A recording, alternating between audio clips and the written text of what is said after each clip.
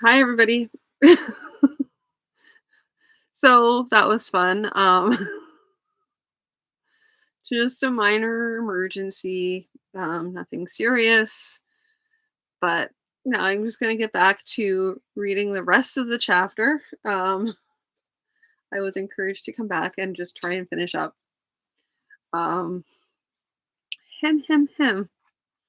I was busy trying to pronounce propitious, and then the phone rang because that's what happens. But this is what happens when you're live. One of the dangers of having a live stream is that things happen. And downside of when you're doing one of your recordings off your phone is that that can happen. Apparently, there's no do not disturb on that, and it wouldn't have worked anyway because of the way I was being called. Anyway, so I was in the middle of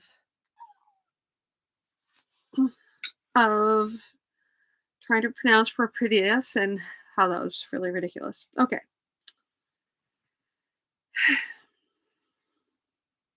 Gloucester was awakened again in the middle of the night. My lord Baron, Marshal Forest bids me tell you there's fire and fighting in the rebel camp again, said the messenger. Gloucester blinked, rubbed his hand across his eyes, and said, Tell him I'll be there directly. Yes, my lord. What's Malga done this time, he wondered, as he put on the few clothes he had taken off. Shortly thereafter, he joined Foraith and some others on the walls. What's happened? My lord Baron, this man was here on duty on the wall. I'll let him say for himself what he saw. The man was a youngster, the sort who would have drawn this duty for her by reason of low rank. His face was thin and a patchy buzz was showing on his cheeks and chin. He was also young enough to be tongue-tied at the thought of speaking to his baron. Come on, lad, speak up, ordered Forsyth. Sorry, come on, lad, speak up, ordered Forsyth. The man glanced at the marshal, then back at Gwalsor. All were quiet, my lord, when all of a sudden I be seeing these lights lifting and dropping among the tents. After a moment, I be understanding that there was fire arrows, and it come to me to raise the alarm. By that time, they be a fighting and a shouting all down there. 'Twere worse a moment ago, but she seems to be falling off some now. Gwalsor nodded. Thank you, you've done well. And now I know fairly well what Malgo's been up to. He turned to Forsyth. They've more trouble between themselves, it would seem. So it would. Is your man is your man Malgathup not with you? I'd have expected him to be at your side at all times in case they try to slip a killer inside. The Baron shrugged.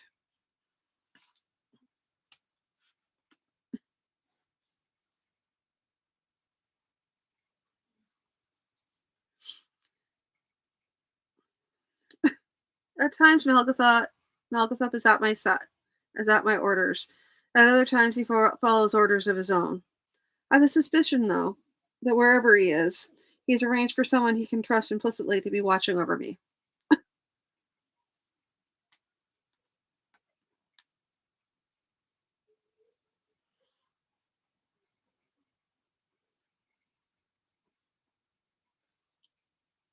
If the rebels show such affection for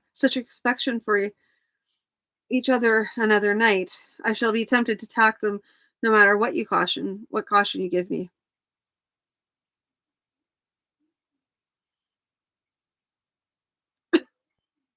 There we go. If the rebels show such affection for each other for one more night, I shall be tempted to attack them, no matter what caution you give me. If they do so, I might be urging you to attack my Lord Baron. For while they were talking, a messenger came up. Lords and archers come in through the postern gate. A man sent by Lord Vidal Dar Osinin. He waits below. Should I send him up? Gloucester and Forsyth looked at each other. Dar Osinin? Perhaps our good hopes of him have been rewarded. Gwelsor turned to the messenger. No, we are coming down. In any case, we will talk to him there. Darosinen's messenger was a man of middle years, tall, dark, and slender. He was streaked with dirt and grass stains, obviously tired, but there was a pride in his bearing as if he knew himself to be as good a man as any, in his own manner. Your name, man? I be called Long Hadag, Lord, that is, Hadag Han Hadag. What what word from Lord Fildal Hadag? Ye be over the rise to the northeast, my Lord Baron. Ye be bringing 15 horse and 30 foot, and ye be planning to make an attack tomorrow afternoon. Ye be asking that ye be setting a smoke from the tower o' the keep in the morning, if you two be agreeing to the attack.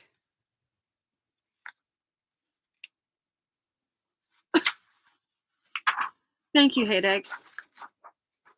Welser reached into his wallet and took forth a silver coin. Take this as a small reward. The man bowed. Thank you, my Lord Baron. Go find yourself a place to sleep, Hadag. You've done well. After the man had gone, Forsyth spoke. I mislike all them smokes, my lord. Might not that lot outside guess at their meaning? Gwelsor waved his hand impatiently. It's a risk, certainly. With the numbers involved, we'll have to coordinate our attacks. Even if we were to risk sending a man out to tell them we'd arrived, how would we know he'd gotten to them? No, we'll have to take this. We'll have to take. We'll have to chance the smokes. The first of our allies is too important to miss. Have the fire ready to be lit in the morning, so that the smoke can be started just as we ride out the gates.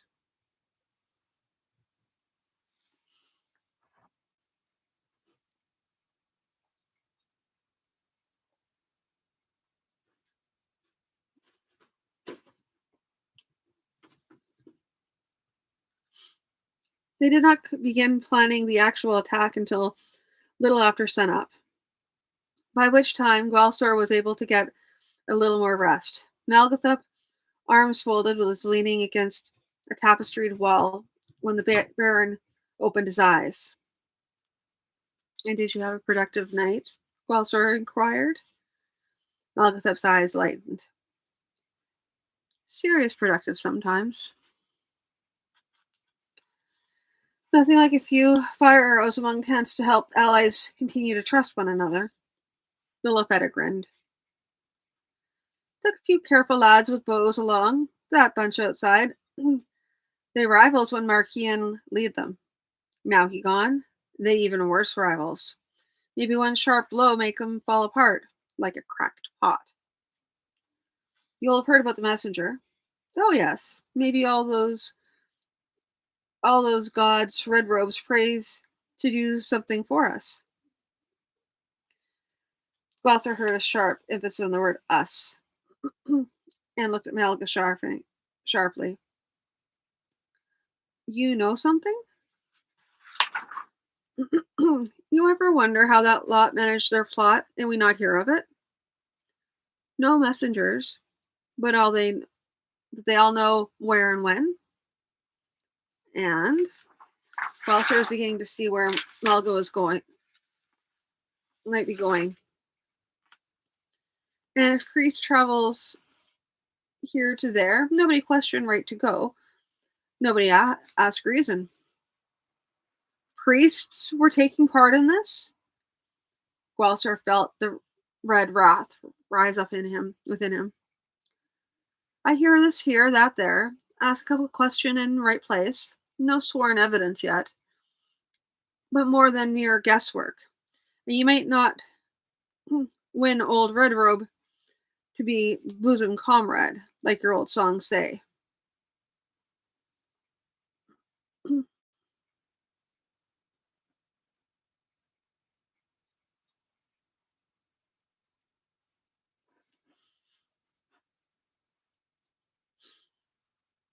True enough. But he keeps warning me out of priestly business. And here he's interfering in my business? Well, we'll have to deal with it in its time. Right now, we have an attack to prepare. You leave them loose, let them do what they want, maybe make signals from battlements? Walsor stopped. Of course, thank you, Melga. I'm sometimes more of a fool than others. Take a few men, gather all the priests in the castle. We wish to protect them in case fighting comes into the castle itself. You understand? Yes, my lord. Malga went out.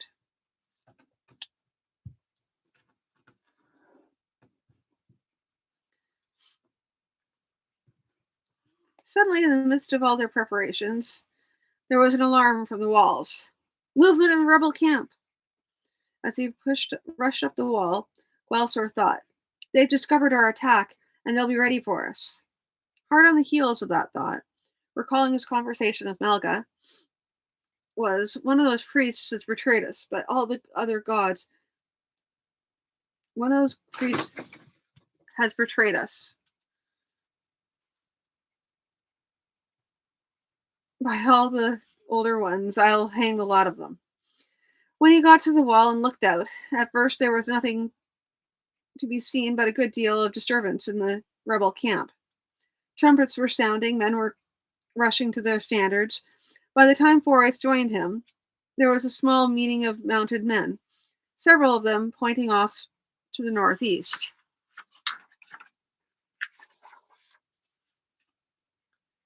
They've discovered Darosinin. Forsyth nodded glumly. They're going to be they'd be going off to fight him for sure.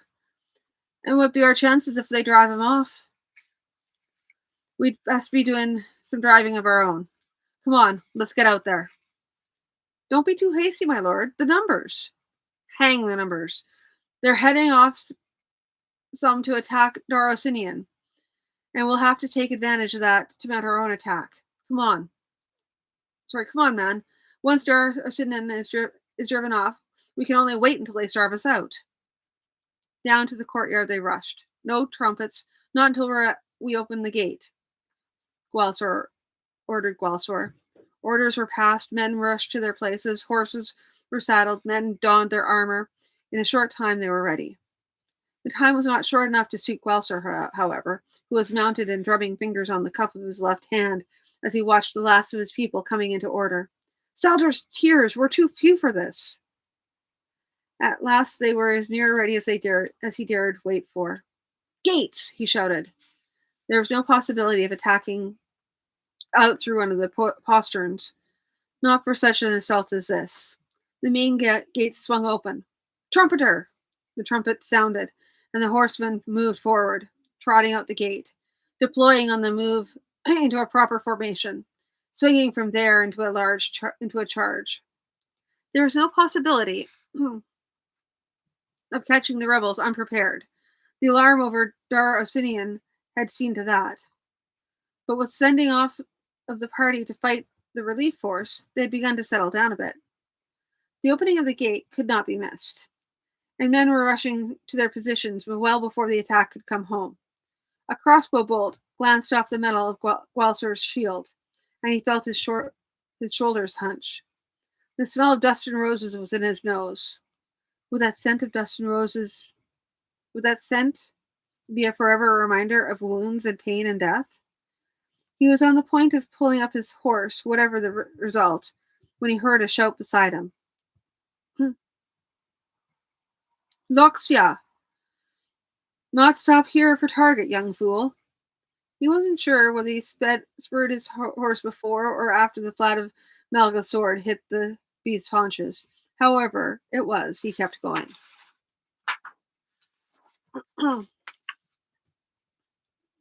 He was in among the enemy, and the sounds of battle rang in his ears. Shouting the sword and the rose, he hacked at a rebel horseman. A blow that rang off the man's shield. Then he warded a blow from the other side on his own shield, and was suddenly in the midst of a swirling mass of horsemen. Arrows flicked to the right and left of him, and he turned his horse, frantically slashing at the back at the back of a man wearing Dara Swift's green and gray.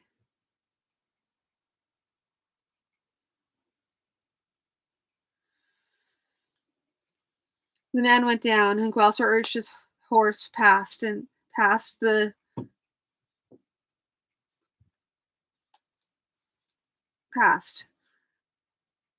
and passed by the man in his own colors who'd been engaging that one, and set himself to run for the castle. Suddenly he was facing a band of archers in green and gray, and just as he realized that he'd been completely turned around by the fight, he realized he would not be able to pull up his horse in time, and good sense whispered to him through his fear that he did not want to pull up his horse. He crashed into the ranks of the archers, scattering them right and left, and chopped at them as he went, a little less frantically now, but still intent on getting back to the castle once he had removed the danger to his back. And suddenly Melga was beside him, and another man on the other side. The archers were broken and fleeing. "What now, lord?" asked the man beside him. Guelsor drew a deep breath, realizing he could hardly suggest they run for the castle, not with those young eyes on him. He looked around. His horse was still engaged, a little out. His horse were still engaged, a little outnumbered, but holding their own. He pointed with his sword. "There, at them." He looked at Malga a moment and shouted Laksoya,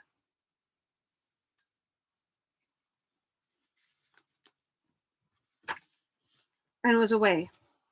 Another crossbow bolt glanced off his shield, but he had control enough of him to now realize that riding for the castle would merely allow some archer to have a good shot at his broad back. From the rest of the battle, he remembered only snatches, trading strokes with a huge horseman until his blade bit through the chain on the man's side, and the enemy knight slowly fell from his horse like a great tree of a forest falling to the woodman's axe. Feeling of a blow on his back, and turning to engage the man only to be swept away by one of the eddies of battle, holding back his stroke just in time to avoid hitting Malga, who had come up beside him again. And there were numerous unremembered or vaguely recalled well, strokes struck, some hit, some missed, some warded with shield or sword. When the enemy broke and began to flee, he pursued for a short while, then reined in his horse, gasping, looking down at his bloodied sword, now nicked and blunted. He realized that as well as his shield that his shield was near hacked in half. Older ones have mercy. When did that happen? He thought to himself. Some rebel archers, unable to flee so fast as the horsemen, were calling for quarter, but were being cut down by some of his men. They were rebels, but he might need them badly in the future. "Hold your swords!" he bellowed, heading his horse towards them. "Hold, I say! Hold, or by father's boots, I'll kill you myself." When they realized who it was that spoke to them, they held their swords, a little sulkily. There was then a good deal of reorganizing to be done, weapons to be collected, whatever remained of the rebel camp to be cleared of anything useful that had not already been looted, and everything brought back to the castle. He encountered Forsyth in the process, who spoke briefly to him.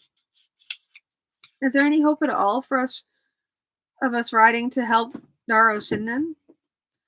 The marshal seemed a little less battered than Guelsor, but Guelsor knew the reason for that was long battle experience, not any sort of battle fright, and that thought lowered his mood considerably. With swords beaten down to uselessness, armor in rags, and horses were worn to a frazzle? Not likely, my lord. And besides that, look to the sun. Whatever battle Dar or Sinan's fought, it's long over by now. Guelsor looked up, surprised to find that it was now late afternoon. He nodded. "We'd best at least send a party of archers, the ones who held the walls while we were out, to see what news there is." "I'll be finding a man for a messenger just a moment." Much later on, as they rode back to the castle, Gwalsor saw Brennan watching and waiting for them, and his heart sank as he realized he would have to tell her what he'd learned about himself this day.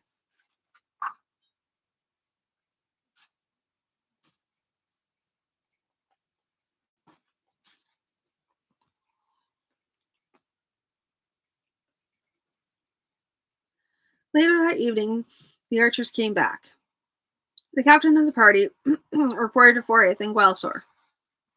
My lords, Lord Darosinen, he fought the white rebels to a standstill, for sure. They was both in their camps, making ready for a fight again tomorrow, when fugitives from the fight year before the castle come bursting into the rebels' camp. They all pulled off toward the east. Lord Darcinian, he says to tell you he'll be following him after him tomorrow. Good work. You and your men go and find a meal and your beds now. I doubt we'll be doing anything before tomorrow ourselves. By this time, Gwalsor had had a chance to eat. Not a real meal, just bits of meat and bread and well-watered wine. Taken between accepting one report and another. He done that only because Jadal brought the food and drink, and declared almost in tears, "My Lord Baron, you've got to eat or you'll fall over." Shortly after having taken the message from the other archers, he was able to have a hot bath, which got rid of some of the soreness he felt, though he had a massive welt across his back from the sword stroke he had taken. And now it was time to meet with Brennan.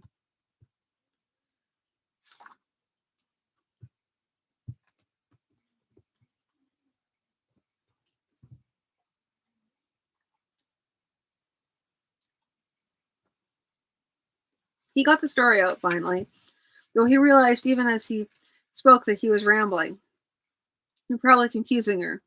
When he was done, he stood quietly looking at her face. She had no idea He had no idea how to read her expression. Finally she spoke. "What are you saying then?" "That I am a coward, and that I have no right to inflict myself on you." Or perhaps you've thought matters over and decided that given the present situation, you not ha- you ought not to have anything to do with a member of a family which has rebelled against its sworn lord. And you come to me with this tale that is supposed to ease my mind as you put me off. Whatever reactions he might have expected, this was not among them. Older ones have mercy. No, I wouldn't play such a trick as that. It's just that I wouldn't have you saddled with someone unworthy of you, a shirker in battle.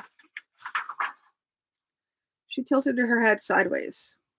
I saw you come back through the castle gates. Your shield was chopped in two, your armor slashed and splashed with blood. And from the way you hold yourself, I'd say you've taken a severe blow to the back. For a coward, you seem to be in the thick of things. Well, yes, but I told you about that. Melga made my horse jump forward, then I got turned around when I was trying to escape and ran into the archers and as and afraid as you were, you fought. You think there's a man out there today who wasn't afraid? Save for a few who don't have the sense to be afraid of anything? Well, no. And when that man you looked to for orders, you didn't tell look to you for orders, you didn't tell him that you were about to run for the castle, did you? Well, I suspect that if you talked to anyone else, you'd find that that's all bravery in battle is the unwillingness to let someone down who's looking to you. And once you've got into battle, you didn't run, did you? No, don't bother trying to answer. I know. You realize that running would just make you a better target. She grasped his left wrist. Someone who's taken a wound like this has a right to be leery of crossbows, and a lot more besides. But you know what you've proven today? You've proven that you can face that fear and not have it master you. Next time you fight, it'll be a little easier. I wouldn't count on it going away completely, but I think you won't need Malga to keep you going in the right direction very often anymore. She released his wrist. And all that means that I don't particularly care whether or not you think you're a coward. If you intend to put me aside, you'll have to find a better reason. So then, what have you to say?" He found himself smiling. "The way this conversation is going, I'm not sure how much I could manage to say before you interrupt to state that you know all that and that I'm being a fool. What if I suggest I say the night?" He returned to smile. "If your back isn't too stiff, we'll just have to see, won't we?" And fade to black. As you can tell, the kittens have gotten into the office, or not. They're all kind of in the background, but they're there. At any rate, it's been one of those evenings. Thank you for coming back. I appreciate that. Like I said, there's no good way to like.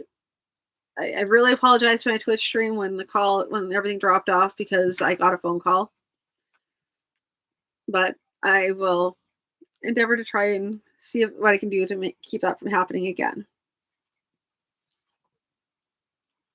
Um, yeah. So this was the chapter I was telling you about where I was going to be ranting and raving. Um, it's just because he laughs at her and then she starts laughing, but that part that I changed, as you can tell, I actually would like the way I wrote it because that's actually based on actual research. And it just makes me like, uh, yeah, it's a fantasy story after all. Although even if it's based in fact, there's still a certain amount of fantasy, and uh, like I guess it was supposed to be a certain amount of historical fantasy. But anyway, this is why I get just so frustrated with it, which is why I kind of wanted to like add to it.